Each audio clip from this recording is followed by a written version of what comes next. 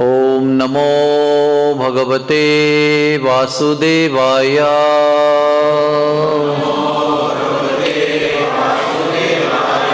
ओम नमो भगवते वासुदेवाय।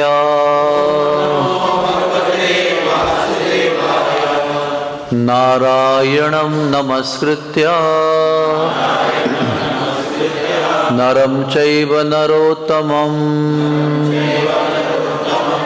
देवीं सरस्वतीं व्यासं ततो जयमुदीरये। नष्टप्रायेषु अभद्रेषु नित्यं भागवत सेवया भगवतीरुत्तमश्लोके भक्तिर्भवति नैष्टिकी। कृष्णाय वासुदेवाय देवकी नंदनाय च नंदगोपकुमाराय गोविंदाय नमो नमः। तप्त कांचन गौरांगी राधे वृंदावनेश्वरी वृषभानुसुते देवी प्रणमामि हरिप्रिये। हरे कृष्ण कृष्ण कृष्ण हरे हरे हरे राम राम राम।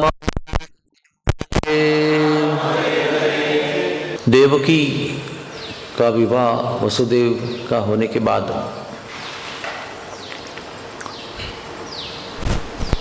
6 बालकों का वध किया गया और इतिहास बताता है कि वे 6 बालक मरीचि के पुत्र थे और मरीचि ब्रह्मा जी के पुत्र हैं, यानी ब्रह्मा जी का मन जो है वो मरीचि के रूप में प्रकट हुआ, ब्रह्मा जी के पुत्र के रूप में प्रकट हुआ। तो मरीचि स्वयं मन है, यानी मन के प्रतिनिधि है। और उनके जो 6 पुत्र हैं मरीचि के, वो काम, क्रोध, लोभ, मद, मोह, मत्सर, इनका प्रतिनिधित्व करते हैं। और ये 6 पुत्र जो हैं तो एक बार किसी प्रसंग में ब्रह्मा जी पर हंस पड़े। वो मैं यहाँ पर बताना नहीं चाहता लेकिन क्या प्रसंग था, लेकिन ब्रह्मा जी पर हंस पड़े। ब्रह्मा जी इतने श्रेष्ठ व्यक्तिमत्व हैं, ऐसा लिखा है कि महान व्यक्ति अगर कोई गलती भी करते हुए दिखाई पड़ता है तो सामान्य जनों को कभी भी उनका उपहास नहीं करना चाहिए, कभी भी उनकी मान हानि नहीं करनी चाहिए, क्योंकि महान व्यक्तियों का कार्य जो है वो कभी कभी समझ में नहीं आता है। तो ऐसे ही कुछ हास्यास्पद काम किया ब्रह्मा जी ने, फिर भी वो मानहानि या अपमान या उनको नीचा देखने का कारण कोई नहीं है उसके अंदर। फिर भी मरीचि के पुत्र उनको देखकर हंसे तो तुरंत उनको शाप प्राप्त हुआ पिताजी के द्वारा ही कि तुम राक्षस कुल में जन्म लोगे। तो फिर यो हिरण्यकशिपु के पौत्र बने और उनको अपनी गलती का अनुभव हुआ तो उन्होंने तप किया उससे पवित्र होने के लिए। और तप को सिद्ध करके जब लौट रहे थे तो हिरण्यकशिपु को पता चला कि ये तपस्या करके सिद्ध होकर आ रहे हैं। तो हिरण्यकशिपु का अहंकार कैसे है कि मेरे राज्य में जहाँ पर मेरा आधिपत्य है, मेरे पूछे बिना कोई कार्य नहीं हो सकता, और ये तो मेरे पौत्र हैं और मुझे पूछे बिना ये तपस्या करने चले गए, उनको मेरी अनुमति लेकर जाना चाहिए था। तो उन्होंने अनुमति नहीं ली तो उन्होंने हिरण्यकशिपु ने शाप दे दिया इन 6 पुत्रों को। पहले से एक शाप है ना, स्टेप 1, अभी स्टेप 2 शाप मिला उनको कि तुम जाओ, तुम्हारी मृत्यु तुम्हारे पिताजी के हाथ से हो जाएगी। तो कालनेमी हिरण्यकशिपु का पुत्र था और उसके ये 6 पुत्र के रूप में आए थे। अभी शाप मिला कि तुम्हारे पुत्र पिताजी के हाथ से तुम्हारा वध होगा। तो ये कालनेमी जो है वो अगले जन्म में कंस बनकर आया। और ये जो 6 बालक हैं ये देवकी के गर्भ में एक एक करके आए और उनको जीवन काल का वरदान नहीं था, उनको केवल पिता के हाथ से मृत्यु का शाप था। इसलिए पहला बालक कीर्तिमान वो आया तो आप सब जानते हैं वसुदेव इतने सत्यवचनी थे, तो वसुदेव ने जैसे वादा किया था, जब देवकी के बाल पकड़कर कंस तलवार से उसका शिरच्छेद करने वाला था, उसने कहा था डोंट वरी, आपको तो भय 8वें बालक से, ये तो पहला बालक है और मैं आपको वादा करता हूं कि हर एक बालक को आपके पास ले आऊंगा, जो चाहे कर लेना। उन्होंने समय को ऐसे ही आगे करने के लिए नहीं बताया था, not to just pass the time और विन द टाइम। महान पुरुष जो होते ना, वो संकट में भी, विकट स्थिति में भी, जघन्य स्थिति में भी जो करते हैं वो सोच समझ कर करते हैं और कभी भी ऐसे लाइटली बातें नहीं करते हैं। महान पुरुषों का लक्षण क्या है? वो हमेशा जो भी कहते हैं, जो भी करते हैं, वो गंभीरता से करते हैं, सीरियसली करते हैं। तो उन्होंने सीरियसली कहा उनको कि आपको मेरे पत्नी से भय नहीं है, आपको 8वें बालक से भय है। तो आप निश्चिंत रहो ना, मैं आपको वादा करता हूं, वचन देता हूं कि मैं हर एक बालक जैसे होता है आपको लाके दूंगा। और ऐसे नहीं कि वसुदेव सत्यवचनी बाद में बने जब बालक को लेकर गए, वसुदेव जी की ख्याति पूरे विश्व में पहले से ही थी कि वो सत्यवचनी है। और क्योंकि वसुदेव ने ये बात कही इसलिए कंस ने बाल छोड़े, तलवार को बयान कर दिया और चला गया वो। और किसी ने कहा होता तो वो नहीं मानता, क्योंकि वसुदेव जैसी ख्याति सत्यवचनी, अपने वचन पर टिके रहने की, वचन को निभाने की जो ख्याति थी वो विश्व में नहीं थी किसी की। इसलिए कंस जैसा व्यक्ति भी मान गया, वो इतना अपने जीवित के लिए इतना क्रोधित हो गया था वो। फिर भी सत्यवचनी होने पर हमारे अंदर एक शक्ति उत्पन्न होती है। शास्त्र में लिखा है कि वैदिक जीवन के, वैदिक धर्म के 7 स्तंभ हैं, उसमें से एक स्तंभ है सत्यवचनी पुरुष। सबसे पहला स्तंभ है गाय, दूसरा स्तंभ है ब्राह्मण, तीसरा स्तंभ है वेद, चौथा स्तंभ है सती नारी, पांचवा स्तंभ है सत्यवचनी पुरुष, छठवां स्तंभ है लोभ रहित पुरुष और 7वां स्तंभ है दानशील पुरुष। उसमें एक स्तंभ है सत्यवचनी पुरुष। यानी सत्यवचनी होना ये धर्म के रक्षण के लिए बहुत आवश्यक है, क्योंकि उसने कहा इसलिए मान गया और घर पे चला गया। जब जैसे ही पहले बालक का जन्म हुआ वो लेकर वहां पर उपस्थित रहे। अभी देखो, जब हम भक्त बनते हैं तो हमारे भक्त होने का एक प्रभाव होता है जिसको इंग्लिश में कहते हैं ऑरा। उसके परिघ में, यानी उसके प्रभाव क्षेत्र में जो व्यक्ति आता है, वो जितनी उसकी आध्यात्मिकता है उसका प्रभाव उस पर भी होता है। इसका बहुत सिंपल सा उदाहरण कैसा है, जैसे हम लोग हमारे गुरुजी के सन्निधि में आते हैं, सोचते हैं कि आज बहुत सारी समस्या है, अभी मैं जाके ये बोलूंगा 10 प्रश्न पूछूंगा उनको, मैं बहुत परेशान हूँ कई दिन से। और जैसे ही गुरुजी के कक्ष में जाते हैं सब भूल जाते हैं, किसके लिए आए थे, कौन सा प्रश्न पूछने वाले थे, सब भूल जाते हैं। और सोचते भी है कि कुछ पूछना चाहिए, अभी गुरुजी के सन्निधि में आए, कुछ पूछना चाहिए, लेकिन ऐसा कोई मन में विकल्प ही नहीं बचता है कि इनसे कुछ पूछे। इतना समाधान, शांति, संतुष्टि का, आनंद का अनुभव होता है, क्योंकि हम उनके प्रभाव क्षेत्र में हैं और उनकी आध्यात्मिकता का प्रभाव हमारी आत्मा पर अभी हो रहा है, क्योंकि हम उनके प्रभाव क्षेत्र में हैं। वैसे ही हमारा व्यवहार का एक प्रभाव होता है, वो व्यवहार सुनने से भी उसका प्रभाव होता है। हा? आप वो व्यवहार करने वाले व्यक्ति के प्रभाव क्षेत्र में नहीं हो तो भी चलेगा, लेकिन वो कार्य के बारे में सुनेंगे फिर भी आपको उसका परिणाम होगा। सकारात्मक परिणाम होगा।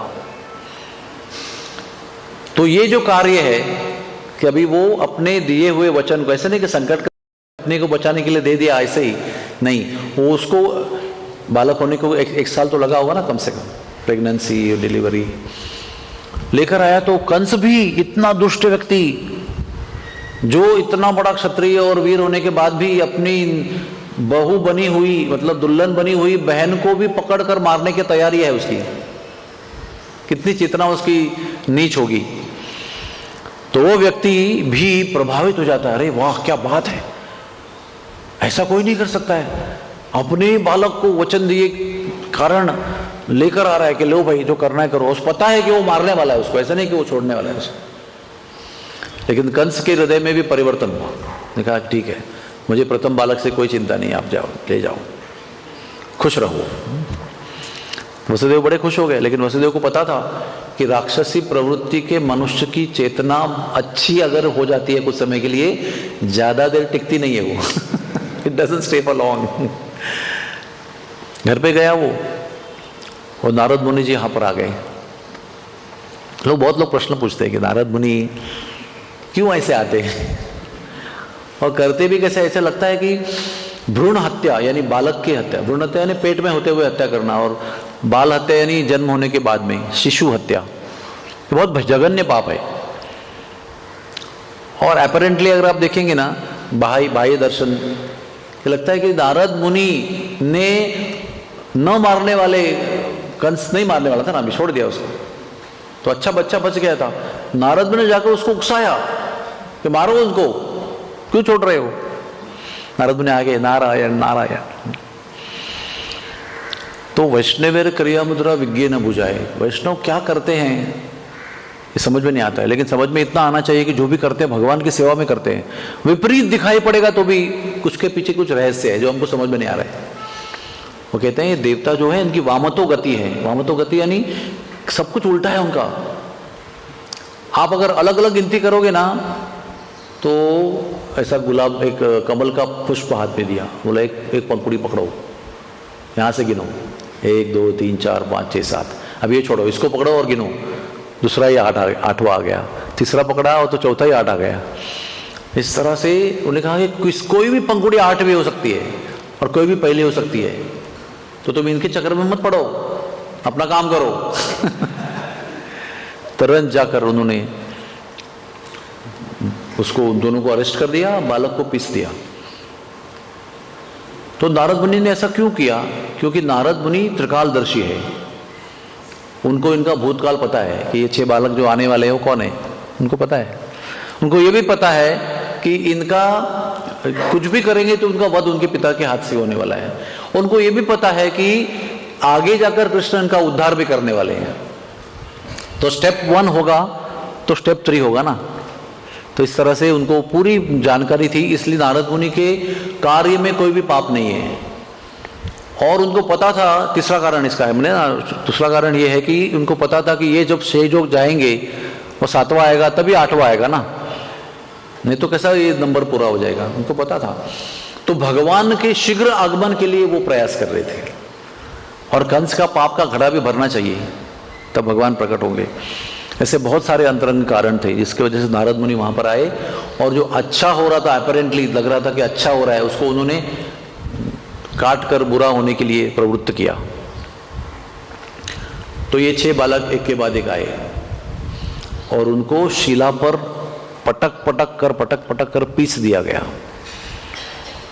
हम लोग ना कभी भगवान की कथा सुनते समय इस पर चिंतन नहीं करते हैं कि देवकी पर क्या बीती होगी। आप सोच सकते हैं, एक माता को ऐसे ही अगर बालक की मृत्यु हो जाती तो माता को वो सहन नहीं होता है। और अगर आपके आंखों के सामने कोई व्यक्ति आपके बालक को असहायता से उठा, मतलब आपको असहाय करके उठाकर अगर पीस कर लगदा करके मारता होगा तो क्या बीतेगी। वो तो मन के दुख से उठेगी नहीं वो। तो ऐसे एक बार नहीं हुआ, 6 बार हुआ। और कहते हैं कारागृहों में उनके खून के जो धब्बे थे ना वो वैसे ही थे, यानी कि नंबर 1, नंबर 2, नंबर 3, नंबर 4, और आपको उसी में रहना है। यानी दिन रात आपको उसकी याद आएगी ये मेरे 2 गए, ये मेरे तीसरा भी गया, ये मेरे चौथा भी गया, और हर एक के विषय में आपका वात्सल्य भर भर के आएगा, आप रोएंगे। क्या बीती होगी देवकी के मन में। फिर भी लोग प्रश्न पूछ करते हैं कि देवकी ने फिर आगे लोगों को जन्म क्यों दिया? ना होते बच्चे, ना होता उनका वध, ना होता दुख उसके बाद का। सिंपल है, बच्चों को जन्म देना है बंद कर दो, सिंपल है ना। आप लोग क्या विचार करेंगे, अरे 8वां बच्चे को मारने वाले हैं, तो अभी बच्चे ही नहीं जन्म देंगे तो किसको मारेंगे? ऐसे ही रहेंगे आराम से, संकट दूर हो जाएगा अपने आप। कंस गिनती करते रहेगा, कोई आएगा ही नहीं तो क्या करेंगे। लेकिन भगवान आने वाले हैं 8वें बालक के रूप में, इसलिए सबसे हमको गुजरना है, ये हमारा कर्तव्य है। पूरे विश्व की सेवा में हमें ये दुख भोगना है, क्योंकि हम अगर ये दुख भोगेंगे तो एक एक जाके फिर 7वां आएगा, फिर 8वें रूप में भगवान आएंगे, फिर उनका आगे विश्व का कल्याण होगा, कंस का वध होगा। ये यहाँ बैठकर प्रवचन में कहना बहुत आसान है, लेकिन देवकी बनकर करना बहुत मुश्किल है। और देवकी ने केवल सोचा नहीं, इसको देवकी ने किया भी। इतने भयंकर पहाड़ जैसे दुखों को 6 बार झेला उन्होंने। अरे मैंने ऐसी कई माताओं को देखा है हमारे रिश्तेदारी में, हमारे भक्त समुदाय में, कि एक बालक जो है वो छोटी सी अवस्था में जन्म होते ही गुजर गया, उसको 25 साल हो गए, फिर भी माँ उसको भूल नहीं सकती है, उसकी याद में रोती है कि मेरा एक बालक 25 साल पहले जॉन्डिस से को चला गया। तो ये तो एक के बाद 6 बार हो गया। तो ये काम, क्रोध, लोभ, मद, मोह, मत्सर के प्रतिनिधि थे। और फिर उसके बाद में बलराम जी का आविर्भाव देवकी के गर्भ में हुआ। अभी कल हमने बताया कि कुछ ही समय के लिए बलराम जी आए और तुरंत उनका क्या कहते हैं स्थानांतर हो गया, इधर से वहां चले गए वो। तो आए ही क्यों, सीधे वहीं जाते ना। इस इज कॉमन क्वेश्चन है ये सब। उनको अगर वहीं जाकर जन्म लेना था तो वहीं पर जाके प्रकट होते गर्भ में रोहिणी के और जन्म ले लेते, फिर वहीं पर उत्सव मना जाता। लेकिन आचार्य लोग हमारे ना सब कुछ बात को अच्छी तरह समझाते हैं। वो कहते हैं कि देवकी का जो गर्भाशय है वो हमारे हृदय की तरह है। उसके अंदर ये विकार आए, काम, क्रोध, लोभ, मद, मोह, मत्सर, एक एक करके आए और एक एक करके नष्ट हो गए। तो वो जो गर्भाशय था उसको कृष्ण के आविर्भाव होने के लिए, योग्य बनाने के लिए, पवित्र करना, शुद्ध करना बहुत आवश्यक था। और वो करने के लिए बलराम जी अनंत शेष उनके 7वें गर्भ के रूप में आए। कुछ देर विराजमान क्यों रहे? क्योंकि अपनी उपस्थिति से, अपने रहने से उन्होंने उस हृदय रूपी गर्भाशय को देवकी के उन्होंने शुद्ध कर दिया, 6 षड रूपियों से शुद्ध कर दिया और स्वच्छ कर दिया और कृष्ण के आविर्भाव होने के लिए योग्य बना दिया। इसलिए सभी आचार्यगण जो टीकाकार हैं शास्त्रों के, वो बलराम जी को आदि गुरु मानते हैं, क्योंकि बलराम जी की कृपा के बिना हमारा हृदय कृष्ण के आने तक आने के लिए योग्य नहीं हो सकता है। उनकी कृपा जब होती है तभी जाकर हमारा हृदय कृष्ण को स्वीकार करने के लिए, कृष्ण की उपस्थिति अनुभव करने के लिए योग्य हो जाता है। इसलिए बलराम जी का सहारा, आश्रय, समर्पण उनके लिए बहुत आवश्यक है, क्योंकि वही हमें कृष्ण को देते हैं। भगवान कृष्ण का कैसा तरीका है कि उन्होंने सारे अपने साक्षात्कार की चाबियां, अपने उपस्थिति की चाबियां सब अपने भक्तों को देकर रखी है। और उन भक्तों के बीच में साक्षात खास करके अपने गुरु जो गुरु पद पर है उनको दे चुके हैं उन्होंने।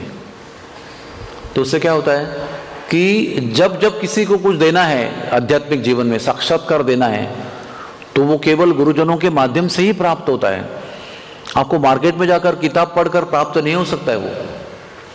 उसके अंदर भी एक और रहस्य है, केवल गुरु होने से वो प्राप्त नहीं होता है। वो गुरु के प्रति समर्पण होना चाहिए, गुरु के प्रति सेवा होनी चाहिए।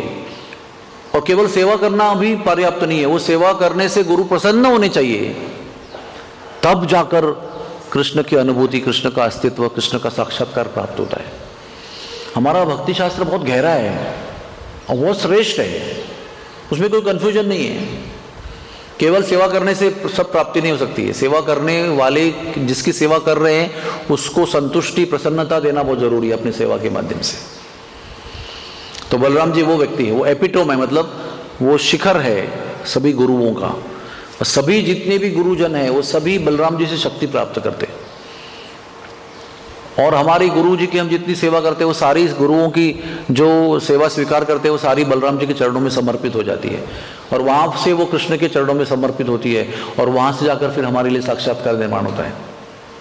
आज हमारे हृदय में जितने साक्षात्कार हैं वो सब हमने सेवा करके हमारे गुरुजनों को संतुष्ट किया होगा, उसके परिणाम स्वरूप हमारे अंदर वो साक्षात्कार आज विराजमान है।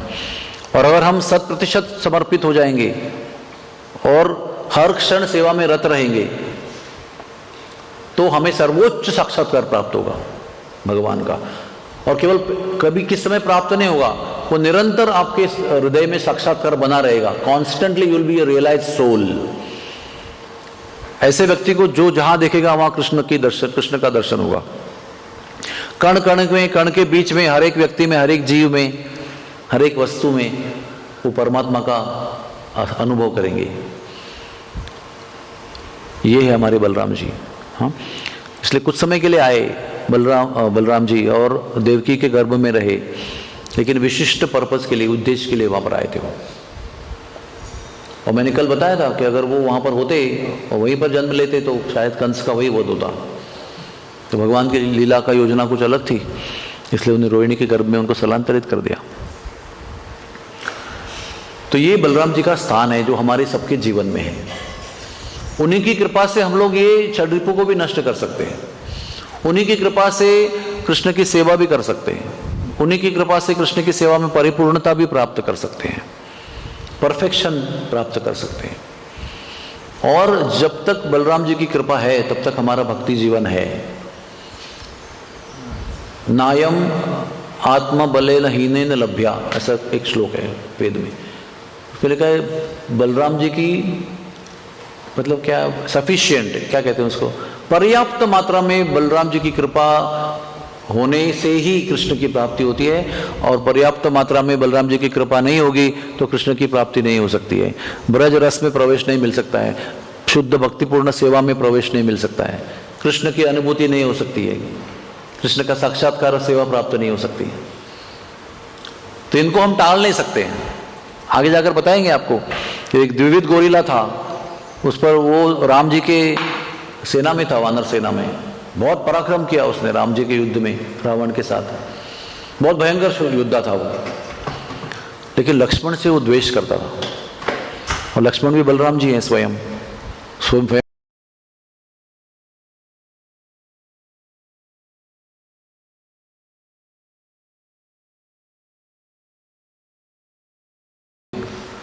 तो राम की भक्ति, राम की सेवा और लक्ष्मण का द्वेष, ये कॉम्बिनेशन कभी भी सक्सेसफुल नहीं हो सकता है। इसलिए जो भक्ति की थी, जो सेवा की थी, उसकी मति भी नष्ट हो गई। सेवा कभी नष्ट नहीं होती है, लेकिन सेवा करने की मति भी नष्ट हो गई, क्योंकि लक्ष्मण का द्वेष किया, राक्षसों का संग प्राप्त हुआ, राक्षसी प्रवृत्ति बनी, राक्षस जैसे कार्य किए, और आखिर जाकर बलराम के हाथ में उसका वध हुआ। राम भगवान की सेवा करने के बाद भी ये उसकी गति हुई। क्यों? क्योंकि आदि गुरु लक्ष्मण जी का द्वेष किया। इसकी कथा आपको बताएंगे। तो ये एक बहुत महत्वपूर्ण मुद्दा था जो हमने आपको बताया। दूसरी बात, आज प्रातः काल में जो गुरु महाराज का प्रवचन हम सुन रहे थे, उसमें वो कहते हैं कि ये जो कथा है कृष्ण की, इसका जो ध्वनि है, ये ध्वनि माध्यम से श्री कृष्ण हमें उनका संग देते हैं। कथा मतलब क्या? ध्वनि है ना। कथा हम ध्वनि से सुनते हैं, कोई बोलता है, कोई सुनता है, और ध्वनि के माध्यम से वो कथा हमारे कानों से हमारे हृदय में, आत्मा में प्रवेश कर रही है। तो ये कथा की जो ध्वनि है ये इतनी पवित्र है। जन्म कर्म चमे दिव्यम, दिव्य ध्वनि है ये, और यही हमें साक्षात्कार दिलाती है श्री कृष्ण के अस्तित्व का, श्री कृष्ण का निकट का संग प्राप्त कर देती है, सन्निधि प्राप्त कर देती है। इसलिए श्री कृष्ण कथा के ध्वनि लहरियों पर एकाग्रता से हमको ध्यान देना है। तो साक्षात कृष्ण नाम रूप लीला धाम, जब हम लीला सुन रहे हैं तो लीला भी कृष्ण के समान ही है, अभिन्न है, भिन्न नहीं है कृष्ण से। तो इन ध्वनियों के माध्यम से अगर हम ध्यान से सुन रहे हैं तो स्वयं कृष्ण हमारे हृदय में प्रवेश करते हैं और कृष्ण का निकट सान्निध्य प्राप्त होता है। तो परीक्षित महाराज जी का उन्होंने उदाहरण दिया परीक्षित महाराज साक्षात 7 दिन 7 रात तक श्री कृष्ण का उत्कट संग कर रहे थे। कुसुम सरोवर पे जब भगवान की रोती हुई पत्नियां आई थी, कृष्ण के अंतर्धान होने के बाद कृष्ण की सारी पत्नियों को लेकर परीक्षित महाराज और वज्रनाभ जी को उन्होंने आदेश दिया था, उनको लेकर ब्रज में चले जाओ।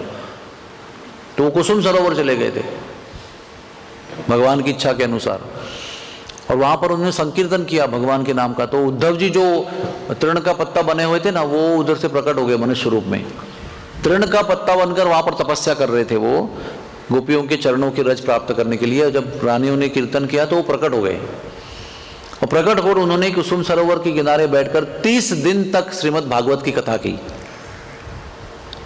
और देखिए चमत्कार क्या है, वो बहुत बिलख रही थी, रो रही थी बहुत कृष्ण के विरह में। उनको कृष्ण का विरह सहन नहीं हो रहा था। बहुत बहुत महान विदुषियां थी वो कृष्ण की पत्नियां, साधारण जीव नहीं थे वो। अति उत्कट श्रृंगार रस के भगवान के भक्त थे वो, और इतने रो रहे थे। लेकिन जैसे ही उद्धव जी ने भागवत जी का प्रथम श्लोक का विवरण शुरू किया, तुरंत वो रोना बंद हो गई। रोना बंद हो गई, तुरंत आनंद का अनुभव करने लगी, मानो कृष्ण से ही उनका संग हो रहा है। तो किस बात का प्रमाण है ये? श्रीमद् भागवत स्वयं कृष्ण है। कृष्ण स्वधाम में जाने के बाद में ये श्रीमद् भागवत प्रकट हुआ है, जो उनकी कमी है वो पूर्ण करने के लिए। जब कृष्ण प्रत्यक्ष थे तो प्रत्यक्ष थे, लेकिन जब अंतर्धान हो गए तो उनका प्रत्यक्ष अनुभव देने के लिए श्रीमद् भागवतम का निर्माण हुआ है। तो इसका प्रमाण है कि जैसे ही श्रीमद् भागवत का प्रथम श्लोक का ध्वनि रूप में उच्चारण किया गया, तुरंत ही कृष्ण की पत्नियों को श्री कृष्ण का व्यक्तिगत अनुभव हुआ कि उनके संग में है, इसलिए रोना बंद हो गई, आनंद का अनुभव करने लगी। 30 दिन तक उन्होंने ये कृष्ण के संग का अनुभव किया। सब दुख से दूर हो गए, कृष्ण का विरह दूर हो गया, कृष्ण का सानिध्य प्राप्त हुआ, कृष्ण का संग प्राप्त हुआ। दशम स्कंद में उनकी कथा जब आई द्वारका लीला में, तो उन्होंने अपने स्वरूप को देखा, साक्षात दर्शन किया, जैसे हम लोग अभी देख रहे हैं, सुन रहे हैं।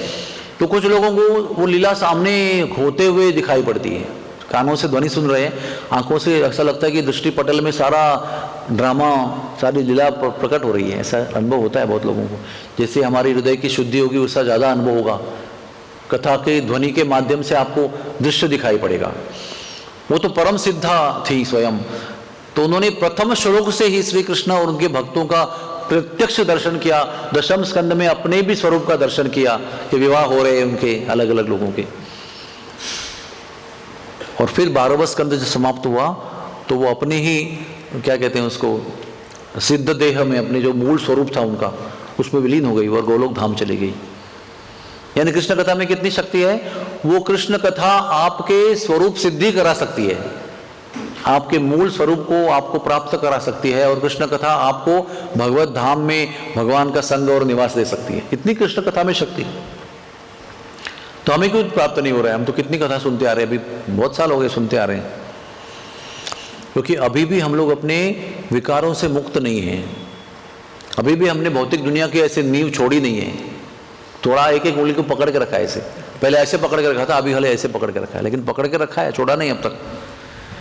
तो जब तक ये पूरा हम लोग छोड़ते नहीं है उसको, तब तक वो कृष्ण लीला जो प्रभाव कर सकती है वो नहीं कर सकती।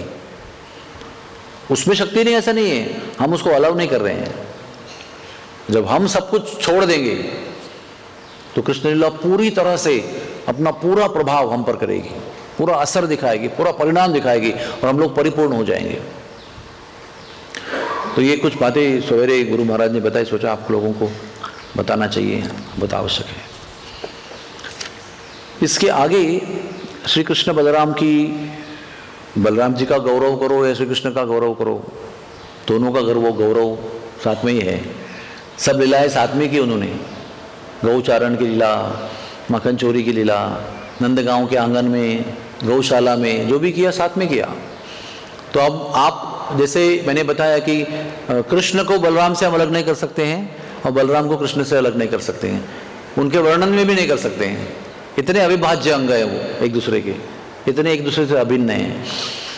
तो 1 साल के जब हुए तभी एक अद्भुत प्रसंग हुआ कि तभी नंद बाबा और बड़े बड़े ग्वाल वाल वो सब मिलकर गाय चराते थे। यमुना किनारे। और फिर ऐसे कृष्ण को, बलराम जी को ऐसे हाथ में लेकर साथ में चलते थे। तो वो कृष्ण बलराम जो गोद में है, अभी समझदार हो गए ना 1 साल के बाद, तो जिद कर रहे हैं कि हमें नीचे उतारो, जैसे आप चल रहे हो गायों के बाजू में, हमको भी चलने दो। तो उनको डर लगता था कि भाई बड़े बड़े गाय बैल इतने बड़े बड़े, अगर उसके पैर के कहीं बीच में ये नटखट बालक आ गए तो बहुत नुकसान हो सकता है, इसलिए वो छोड़ते नहीं थे। तो ये जिद करते थे। तो फिर घर पे रोज मीटिंग होती थी यशोदा माई और नंद महाराज के साथ। तो ऐसा चर्चा हुई और उसका निर्णय निकला, एक काम करो आप उनको बछड़ों को थोड़ा अलग करो और बछड़ों के बीच में उनको चलाने का कोशिश करो, तो भी वही निरीक्षण के अंदर, सुपरविजन के अंदर। तो फिर वो बीच बीच में उनको उतारने लगे। ये सब लोग, हम लोग भी ऐसे करते हैं। हाँ, गार्डन में अगर बहुत बच्चे खेल रहे हैं तो बड़े बड़े बच्चों को, अपने छोटे बच्चों को छोड़ते नहीं बीच में। छोटे बच्चे आ गए थे वो उतार देते हैं, कुछ समय के लिए वापस गोद में लेते हैं ताकि उनको नुकसान ना हो, हानि ना पहुंचे। तो कुछ समय के लिए उनको बछड़ों के बीच में चलाने के लिए छोड़ते थे, फिर उठा देते थे, फिर छोड़ते थे। तो जब भी उनको बछड़ों के बीच में घूमने की आदत हो गई तो घर में आकर जिद करने लगे, हमें पूरा जिम्मा दे दो बछड़ों का। तो इस पर भी कई दिन चर्चा हुई, देना चाहिए कि नहीं देना चाहिए, अभी तो छोटे हैं। लेकिन इनकी जिद बढ़ती गई तो फिर उनको वत्सपाल बनाया गया, ऑफिशियल। हाँ, सभी बच्चियों और बछड़ों का जिम्मेदारी दी गई। और यहाँ पर बड़े लोग गौचारण कर रहे हैं, यहाँ पर वत्सचारण कृष्ण भगवान बलराम भगवान कर रहे हैं। फिर वहाँ पर शुरू हुआ यशोदा देवी का योजना कि तुम बड़े हो, तुम बीच में रहो, आप लोग बड़े ग्वाल बाल हो, आप कृष्ण बलराम की सेवा करो, यमुना किनारे पास जाने मत देना। उनको बहुत टेंशन होता था यशोदा देवी को कि ये गौचारण यमुना किनारे सब लोग करते हैं, बड़े ग्वाल बाल, और कहीं यहाँ से नजर हट गई, वो बालक जमीन यमुना में गिर गए तो कैसे होगा। ऐसे भगवान ने 4 साल तक वत्सपाल लीला किया। और वत्सपाल लीला के अंदर वत्सासुर का वध हुआ। हाँ? इसमें एक विशेष बात है हमको समझने जैसी। श्री कृष्ण बलराम जी अपने साथ में जिन बछड़ों को लेके जाया करते थे उन सब बछड़ों की उनको पूरी पहचान थी। ऐसा नहीं कि केवल मेरे घर से जो बछड़े निकल रहे हैं वो भी हजारों लाखों संख्या में थे, केवल वो नहीं, जो हमारे ग्वाल बाल बछड़ों को लेके आए। क्योंकि जब कृष्ण भगवान और बलराम जी को वत्सपाल बना दिया तो सारे ग्वाल बाल भी को भी वत्सपाल बना दिया, क्योंकि वो भी घर पे जाकर कंप्लेंट करने लगे, हमारे कृष्ण बलराम को वत्सों का जिम्मेदारी दिया, आप भी हमको दे दो। तो उनको भी मानना पड़ा उस बात को, क्योंकि सभी कृष्ण बलराम के मित्र हैं, सबको इक्वल चाहिए सब कुछ। तो वो भी बछड़ों को लेके जा रहे हैं। तो श्री कृष्ण बलराम को न केवल अपने बछड़ों की पहचान थी, लेकिन सारे ग्वाल बालों के सारे बछड़े बच्चियों की पहचान थी उनको। इसका प्रमाण है क्योंकि जिस दिन वत्सासुर आया, बछड़ा बन के आया ना, वत्स बनकर आया, उसकी लाल लाल आंखें थी, उसकी कान अलग प्रकार के थे, उसकी सींग अलग प्रकार के थे, और आंखों में ऐसा भाव था जैसे खा जाए किसी को। तो कृष्ण बलराम देख रहे हैं, वो इधर उधर लोल रहा है सबके बीच में, इनका गौचारण वत्सपाल चारण चल रहा है वत्सों का। वो बीच में ऐसे प्रकार से, वो कहते हैं ना आक्षेपार्ह, ऑब्जेक्शनेबल बिहेवियर। तो कृष्ण बलराम बाजू में आते हैं और एक दूसरे से बात क्या करते हैं, ये इसका प्रमाण है। वो क्या कहते हैं, दाऊ जी आप देख रहे हो, ये जो वत्स आया ना, वो सुबह हमारे साथ में नहीं आया है, ये हमारे किसी ग्वाल बालों का आया, हमारा वत्स नहीं है, ये राक्षस है। अगर उनको ये पता नहीं होता तो वो सोचता कि वही सुदामा का होगा, अर्जुन का होगा, उज्जवल का होगा, उसके घर से आया होगा। पता नहीं, ऐसे नहीं है, सब पता है उनको। और फिर जाके पीछे से गए कृष्ण और उठाकर घुमाया और उसका वध कर दिया। तो भयंकर आकार प्रकट किया उसने।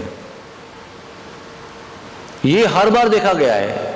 एक बार वो राक्षस जो है वो ग्वाल बाल बनकर आया, क्योंकि वो ग्वाल बाल जो एब्सेंट था, तभी भी इन्होंने देखा ये ग्वाल बाल जो है हमारा नहीं है, कोई दूसरा ही आदमी अंदर आया है। इसको कहते हैं प्रेम, विशिष्ट प्रेम, स्पेसिफिक लव। जिस पर हम प्रेम करते हैं ना, उसके बारे में सब कुछ जानते हैं हम, है कि नहीं। प्रेम ऐसी वस्तु है जो व्यक्तियों को हमारे निकटतम बना देती है। We become the closest when there is love. और किसी प्रकार का व्यवहार हमको हमारे लोगों से इतना निकट नहीं बना देता, इतना प्रेम बनाता है। प्रेम ऐसी वस्तु है जो हमें परम सहनशील बना देती है। प्रेम ऐसी वस्तु है जो हमें परम एडजस्टिंग बना देती है। हमारे प्रियतम व्यक्ति के लिए हम कैसे भी एडजस्ट कर सकते हैं अगर हमारा प्रेम है तो। हमारा प्रियतम व्यक्ति कितना भी हमको दुख देगा तो भी हम उसको सहन करके प्रेम प्रेम करते रहते हैं। हमारा प्रियतम व्यक्ति ने हमको कुछ भी दिया तो हम स्वीकार करते हैं। यीशु क्रिस्त भी कहते हैं, the cup that you have given me why should not I drink it, क्योंकि आपने दिया इसलिए वो कप मैं पीऊंगा, चाहे उसमें विष होगा या अमृत होगा। ये प्रेम का रहस्य है। और इसी प्रेम को, प्रेम के रहस्य को प्रकट करने के लिए कृष्ण बलराम राधा रानी इस विश्व में प्रकट हुए हैं। वो परित्राणा या साधुनाम विनाशाय दुष्कृतम वो भी है, लेकिन वो प्राथमिक उद्देश्य नहीं है। प्राथमिक उद्देश्य जो है प्रेम की लीलाओं को प्रकट करने के लिए। भगवान ने ये प्रेम लीला प्रकट करने का निर्णय लिया, इसलिए हम ये देख रहे हैं। इतना वैयक्तिक व्यक्तिगत उत्कट संबंध, निकट का संबंध देख रहे हैं ग्वाल बालों के बीच में, कृष्ण बलराम के बीच में। तो 5 साल हो गए बछड़े चलाते चलाते। तो फिर बछड़े जाकर रोज अपने माओं को बताते थे। एक समय ऐसा आया कि वत्सपाल लीला इंडिपेंडेंट चल रही है और बड़े ग्वाल बाल जो है वो अलग जा रहे हैं अपनी गायों को लेकर, क्योंकि बड़े गायों का नियम क्या होता है पता है? बड़े गायों को दूर जाना पड़ता है चलने के लिए। वो उनका स्वास्थ्य और दुग्ध देना का जो कार्य है वो सफल तब तक नहीं, तब तक वो दूर तक चलकर नहीं आती है। गाय कैसे जाती है? सुबह जाती है, शाम को आती है लौट के। सुबह एक बार दूध दे के जाती है, शाम को आती है वापस दूध देती है। उनको चलना बहुत ज़रूरी है। आप उनको एक ही जगह पर सारा खाना खिलाएंगे तो भी वो उतना उच्च दूध नहीं दे सकती, इसलिए गौ चारण बहुत ज़रूरी है। वो जो चर रही है वो घर पे लाके खिलाएंगे तो भी आपको उतना श्रेष्ठ दूध नहीं मिलेगा। कुछ उनको चर के जाकर वो खाना चाहिए। तो अलग वो चरा रहे हैं और यहाँ अलग चरा रहे हैं। तो रोज जाकर अपने जो वत्स हैं, बछिया बछड़े, वो अपनी माओं को शाम को जाकर बता रहे हैं। अभी आप बोलेंगे कैसे बता रहे हैं? वो उनको कैसे बोलने आ रहा है? ब्रज में सारे जीव मनुष्य की भाषा बोलते हैं। ये ब्रज की विशेषता है। चाहे पंछी हो, चाहे जानवर हो, चाहे सर्प हो, चाहे कीटक हो, चाहे पेड़ हो, सबसे वृंदा देवी बात करके उनको लीला में सम्मिलित करती थी, लीला में सहभाग देती थी, सेवा देती थी उनको, सबको उनका रोल क्या है बताती थी। तो ये बछड़े जाकर माओं को बोल रहे हैं, कहते हैं आज ऐसा हुआ, आज कृष्ण ने ऐसा किया, आज हमने ऐसा किया, हमने ऐसा किया। तो बड़ी गायों को भी थोड़ा इच्छा होने लगे, हमको भी जाना चाहिए। तो बड़ी गायें फिर कंप्लेंट करने लगी अपने ग्वालों के साथ, अरे हमारे बछड़े इतना आनंद ले रहे हैं, अभी हम आपके साथ जा जाके तंग आ गए, हमको भी उनके साथ जाना है। और यहाँ पर जो कृष्ण बलराम दोनों गाँव वत्स पालन कर रहे हैं ना, वत्स पालन, तो उसमें क्या हो रहा है कि वो सारे ग्वाल बाल उनको चिढ़ा रहे हैं। ग्वाल बाल देखो देखो, आप दोनों के ऊपर नंद बाबा को विश्वास नहीं है अभी तक कि आप कर सकते हो, ऐसा विश्वास नहीं है, इसलिए आपको बछड़े ही देते जा रहे हैं। अगर आपका विश्वास होता तो कब के आपको गाय दे चुके होते। तो कृष्ण को भी अच्छा नहीं लग रहा, अरे मैं तो बड़ा हो गया हूँ भी। हर एक बालक को 1 साल के बाद लगता है मैं बड़ा हो गया, I am a big boy now. हर एक को बड़े आदमी का काम करना होता है। अगर कपड़ा लटकाने के लिए खूंटी तक हाथ नहीं पहुंच रहा है, फिर भी नहीं मैं कूद के लगाऊंगा, मैं बड़ा हो गया हूँ अभी। तो वो झगड़े हो रहे हैं, रोज आके वो कंप्लेंट कर रहे हैं कि हमको बड़ी गायों का भार दे दो, जिम्मेदारी दे दो। तो नहीं अभी आप छोटे हो, नहीं। तो वो जाके बता देते, कहा था ना हमने माता पिता को, वो भी श्रद्धा नहीं आपके ऊपर कि आप करेंगे उसको। और ये कैसा है ना, अभी बहुत दिन से चल रहा है, रोज का ताने मार रहे हैं, रोज दुख हो रहा है, रोज घर पे आके। तो एक दिन क्या हुआ, उन्होंने इतना सताया ग्वाल बालों ने उनको, तो कृष्ण भगवान बहुत नाराज हो गए। सीधे घर पे आए, तो रोज का कैसा आरती पूजा स्वागत होता है, मिठाई खिलाते हैं, स्नान करते हैं, गीत गाते हैं, भोजन कराते हैं, स्तनपान कराते हैं, लोरी गाते हैं, फिर सोते हैं। ये सारी विधि है गाँव चरण का, वो वत्सपाल चरण करने के बाद में। उस दिन कुछ नहीं, सीधे बिस्तर के अंदर उल्टा मुंह करके सो गए। इतना दुखी हो गए थे, बार बार सब लोग बोल रहे हैं कि तुम लोग योग्य नहीं हो, तुम योग्य नहीं हो, तुम योग्य नहीं हो। रोज जो सुनना इट्स नॉट इजी ना। और उसी दिन घर पे क्या हो रहा है, ये सब जंगल में हो रहा है। और घर पे क्या चर्चा हो रही है, अभी बहुत दिन हो गए हमारा कृष्ण कन्हैया अभी बड़ा हो गया है, बलराम जी भी बड़े हो गए हैं। उसका भी प्रमाण देते वो कि यशोदा कुंड पे मैं और रोहिणी उनको नहलाती थी, रोहिणी बलराम जी को नहलाती थी और मैं कृष्ण को नहलाती थी। तो वो पूरा स्नान हमसे करवाते थे, मुख मार्जन कराते थे, फिर हम लोग उनको नहलाते थे, उनको वस्त्र उतार कर नहलाते थे। लेकिन वो अभी मुख मार्जन करा लेते हैं और जब वस्त्र उतारने का समय आता है तो गायब हो जाते हैं। और कुछ देर बाद वो कहते हैं कि हम स्नान करके आ गए। तो ये सब ग्वालिन जो माताएं हैं वो चर्चा कर रही हैं कि ऐसा ऐसा हो रहा है। तो कुछ सीनियर माता जी ने उनको बताया, अरे अभी वो बड़े हो चुके हैं इसलिए शर्मा रहे हैं, वो आपके सामने कपड़े उतारना नहीं चाहते हैं। देखो उनके वस्त्र भी अभी टाइट हो रहे हैं कि नहीं, वो भी उनकी छाती भी बड़ी हो रही है, कंधे भी बड़े हो रहे हैं, तो उनको शर्म आना, लज्जा आना स्वाभाविक है। तो फिर नंद बाबा ने उनके लिए एक अलग कुंड बना दिया, उसका नाम है कृष्ण कुंड। वो आशेश्वर मंदिर के रास्ते पर है, शुरुआत में राइट में आता है। वो केवल अभी उनके लिए है, स्पेशल कुंड। बाकी मुखमार्जन करो, कपड़े लेने के लिए फिर व्यवस्था करो माता जी से, लेकिन स्नान अलग करके आ जाओ। तो ये सब प्रमाण भी दिए उन्होंने कि देखो सारे लक्षण जो है वो बड़े होने के लक्षण दिखा रहे हैं हमारे बालक। अभी उनकी भी इच्छा है, गायों की भी इच्छा है, सब लोग ताने भी दे रहे हैं, तो अभी उनको ना देना चाहिए हमको गायों का जिम्मेदारी। तो रेसिडेंट साधु कौन है नंदगांव के? वो है शांडिल्य मुनि। तो शांडिल्य मुनि को घर पे बुलाते हैं, बोले महाराज जी हम लोग ने भी निर्णय ले लिया है बहुत दिनों के चर्चा के बाद कि इनको अभी ये बड़े गायों का जिम्मेदारी देना चाहिए। मुहूर्त देखिए आप। तो किस दिन बुलाया था उनको? कार्तिक महीने के कृष्ण पक्ष के यानी वद्य पक्ष के सप्तमी को बुलाया था। ये सप्तमी की लीला है। जंगल में उधर ताने दिए जा रहे हैं और घर पे क्या हो रहा है, ये मुहूर्त निकालने का काम शुरू हो रहा है। तो शांडिल्य मुनि बैठ गए, बोलते कल ही मुहूर्त है, टुमारो इज द मुहूर्त। तो अभी बहुत शॉर्ट टाइम था उसके लिए, लेकिन बहुत जल्दी तैयारी की गई। और यशोदा माई भी आतुर है कि मैं कृष्ण को बताऊंगी खुशखबरी की कल तुम्हें बड़े गायों की जिम्मेदारी दी जाएगी। लेकिन उसी दिन क्या हुआ, जंगल में इतने ताने मारे, कोई स्वागत स्वीकार नहीं किया, कुछ गोद में नहीं बैठे, कोई नन्ही नन्ही बातें नहीं बताई आज क्या हुआ, सीधे बीच में निकल गए, उल्टी मुंह करके सो गए। तो वे परेशान हो गए, भी कैसे बताए, तैयारी तो जोरदार चल रही है। और गायों को भी न्यूज़ आ गई थी कि अभी कल से हम कृष्ण के साथ जाएंगे। तो गाय भी बहुत प्रसन्न थी। उन्होंने अपने अपने 108 झुंड बना दिए, अलग अलग अपने अपने अलग टाइप के, और उनका श्रृंगार किया गया। सब लोग अपने अपने, सब ग्वाल वालों को पता हो गया, क्योंकि वो घर गए तो उन्होंने माता पिता ने बताया कि ऐसा ऐसा हुआ है, केवल कृष्ण को पता नहीं है। सुबह तक उन्होंने रिस्पॉन्स नहीं दिया। हर रोज सुबह उठकर पहले कृष्ण भगवान अलार्म बजाते हैं, मुरली वाला अजाम, और वो अलार्म सुनकर सब ग्वाल बाल उठते हैं। इतनी आदत हो गई थी, इस दिन अलार्म बजा ही नहीं, लेकिन फिर भी आदत से उठ गए सब ग्वाल बाल। अरे अलार्म नहीं बजा, लेकिन फिर भी उनको पता था कि आज गौचारण को शुरुआत होने वाली है। तो सब लोग सज के आ गए, एकदम मेकअप करके, फूलों की माला पहन के, चंदन अगुरु का लेप करके, गाय सभी श्रृंगार करके, क्या बताए गाय का श्रृंगार, सब आके खड़े हो गए उधर। और कृष्ण अभी भी उल्टा मुंह के बिस्तर में सोए। मैया यहाँ से जा रही है, बुला रही है, तो उधर मुंह कर रहा है, इधर जा रही है, उधर मुंह कर रहा है। तो नंद बाबा के पास आई, मैया क्या करे, अभी ये तो उठता ही नहीं है। अरे उसको बता दो कि आज तुमको बड़ी गायों की जिम्मेदारी मिलने वाली है, तुम गौपाल बनने वाले हो। जैसे ही बताया ना, तो झट से स्प्रिंग जैसे उठ गए वो।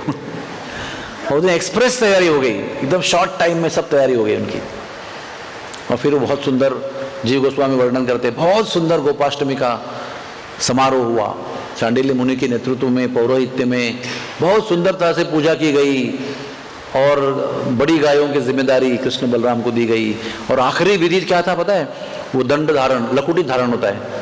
वो रत्नों से भरी हुई लकुटी, जिससे गाय आप हाँकते हो ना, उसको लकुटी कहते हैं। वो रत्नों से भरी लकुटी मंत्रोच्चारण करके, अभिमंत्रित करके दोनों को शांडिल्य मुनि ने सौंप दी। मतलब क्या, आज से आप ऑफिशियल गौपाल हो, इन ट्रेनिंग नहीं हो, आपको अभी ऑफिशियल परमिशन मिल जाती है। और दोनों को देखा, दोनों चलने लगे। तो मैया को अभी धक-धुक हो रही है। क्यों?